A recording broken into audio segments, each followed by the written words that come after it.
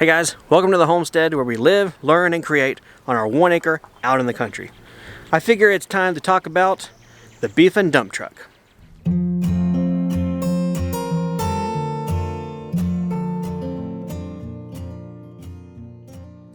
So let's go ahead and climb in here and let's talk about a few things I've found out so far. Alright, first things first, let's talk about the outside. Everything is pretty well okay as far as major structural and mechanical issues. I am going to have to get, in the least, a front passenger side tire and one of the rear tires here at the back. This one's totally bald. I'm in the midst of talking and getting some tire stores around the area that service large trucks like this to get me some quotes and information and try and find me a set of used tires. I did hear that brand new ones for the front are going to cost $250 a piece for a brand new tire, tube, liner, valve stems, and mounting them and all that to the wheels, which is a lot, but at least there is an option for new tires for this old truck. Here's a look at the tire that's really the worst. It's got some serious dry rot down here at the bottom, so let me get the camera closer and let you really see that in person.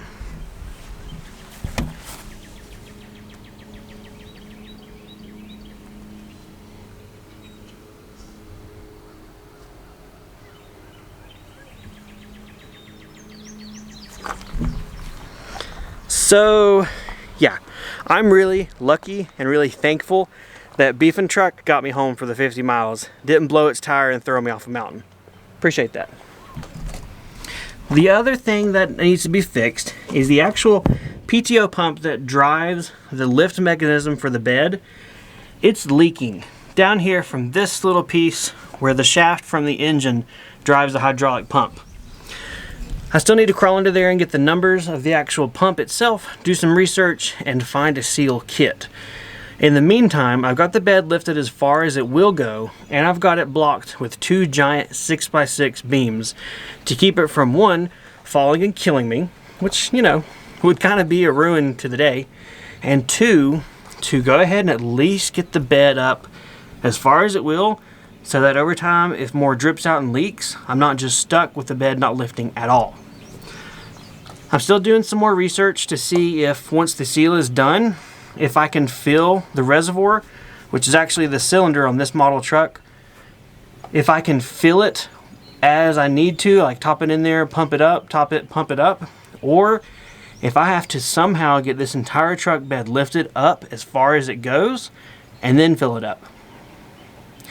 I really hope I can fill a little bit, pump it up, and fill a little bit and do it that way.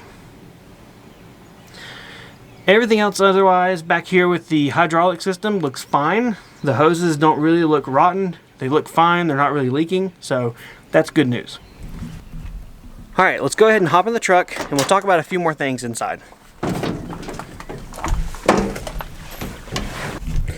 Looking inside the truck here, there's not too much to be done that I really feel daunted or overwhelmed with in any way. Most of the stuff in here that needs to be fixed is all electrical stuff. And being that this is a 1967 truck, electronics are simple. Thank goodness. There's some fuse work that needs to be done. I see a couple of the fuses down there are wrapped around with aluminum foil and patched to just make them work. As well as there's a handful of wires hanging down from the dash. There's a couple of twisted here on the steering wheel. Just some basic things I got to go through, test, fix, and just get pinned together. But overall, inside the truck, not much work to do. Electrical aside, there is one item I do need to fix, and that's the parking brake on this truck. Even though with it in gear, it doesn't roll, I would love to have a parking brake that actually works. Those kind of things are pretty handy with a manual transmission giant dump truck. This truck's equipped with a 2-speed rear end, and there's a switch here on the shifter to actuate it from high to low gear. I don't think it works because I switched it as I was driving the truck home, and nothing happened. I need to crawl into here and check the switch itself and then trace the wires back to the rear end and check them there as well. I have a feeling the issue is either right here at the switch on the shifter or it's probably a ground issue at the actual solenoid actuator box on the rear end. Either way, it shouldn't be too difficult to fix, I hope. I really like the style of the dash and everything in this old truck. It really has a lot of character, and everything in here is metal. There's no plastic dashes, and there's not even plastic skins on the doors. It's all metal, and that's really cool. It's something you don't see in modern cars, which I understand. It's not really practical, I guess, nowadays, but it's still really cool to see it in a truck. All right, so let's talk about the, that big step. Let's talk about the engine for a second. The engine is a big block V8, and I believe it's a 330 cubic inch Ford motor. I'm not much of a gearhead, so that's what I've read and can kind of remember. The engine itself runs awesome. It doesn't smoke. I don't see any major oil leaks or fluid leaks, and what more could you ask for? It goes. Obviously, before this thing actually hits the road, it'll have full fluid changes, check all the gaskets, and everything will be tuned up and ready to go.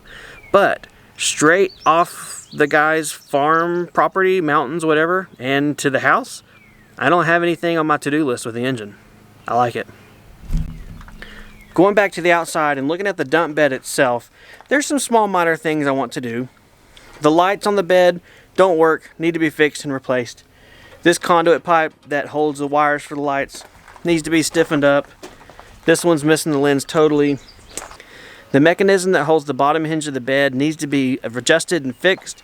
Over time, this lower arm has bent inward, which means that hook doesn't reach up as far as it should. That's an easy fix though. In the back of the bed, it still has trash from when I bought the thing. I've been slowly letting Elijah clean in there. He's mostly been playing around, but he's working on it. I need to get some new chains for the bed. And I think that's it for the bed tailgate. Over here on the passenger side, it's kind of the same situation. The side marker lights are busted. This one looks okay, but probably doesn't work. I'll probably replace it. The rust on the truck is minimal. Most of it is around the bed itself. I want to try and find some rust converter to convert it and save it, and then I'll repaint it with some kind of paint. The body itself is in really, really great shape, so I don't plan on doing anything with that. As far as paint color, I still haven't decided, and to be honest, it's not something that's on my have-to-do list before I get this thing on the road. So let me talk to you a little bit more about my next steps and kind of what's going on in my head. So obviously my goal with this truck is to make money, and if I don't find that I can make money one way, then I'm going to make money another way. Let me explain myself a little bit. So I bought this truck for a super good deal, and one to where I honestly feel like I could take it right now as it is, sell it, and still make money off of it. Not a lot, but it's still a possibility to make money. So good. That's good. Obviously, the other way to make money is to actually keep the truck, put it on the road, and use it for hauling gravel, mulch, junk haul-offs, any kind of things like that you would need it for. As such, I've been doing research. I've been in research mode for ever since I got the truck. I've called the DMV and got the tag costs and requirements and everything like that. I've spoke to my insurance company, and I've gotten quotes and everything like that. And as of today, I've been in talk with a tire company as well, trying to figure out what that's going to cost. So let's talk about tags. Each state is going to be different, and where I live in North Carolina, the cost per year for a tag for this truck is right at $500. So $500 already out the door to get on the road. Let's talk about insurance. Same thing with insurance. It's going to vary by state and policy and person and all that stuff. I was quoted pretty much $500 per year for insurance. So we're up to $1,000 just to get it on the road. Now let's talk about tires. Tires is the great unknown. Like I said earlier, I've been talking with a tire company to get a hold of some used tires, and he's still working on it, but I'm kind of not holding out much hope for that. The tire size on the front of the truck is kind of odd and rare, so there's not many used ones out there. Worst case scenario, I'm looking at $500 for 2 front new tires, because you can't really replace one and not the other, I don't think. And I'm looking at probably close to another $500 for the 2 on the back of the truck. So that's $1,000.